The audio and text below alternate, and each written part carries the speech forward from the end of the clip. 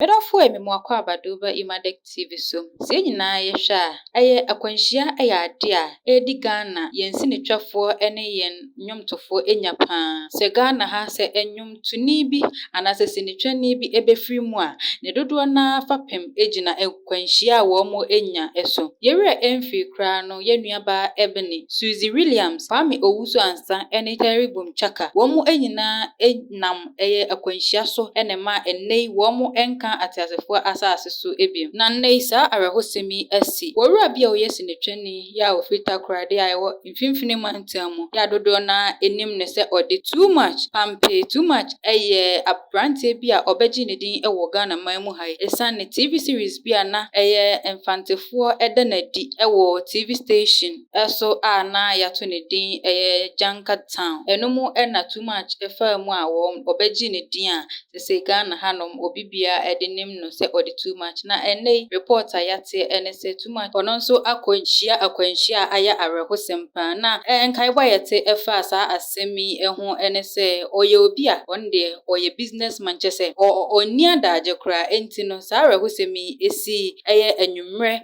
abra na wako meeting na ofri meeting na se a okọ babia ewo se okọ na eno mu na ne car no nso ekohia car fofra e ma sa akwanhyia yi etimi ebae na nso asedan nyame se Ghanaian actor anase Ghana sinitwani eye too much bibia anto na sesei oti enkwamu a oje ayarehwe na arehosem a enne yenya edifri takrade ya ewo emfimfini mantamu eno no medama se munya abre ehwe yen monkoso na mon subscribe emma yen mon comment na mon share yen videos no emfa emma yen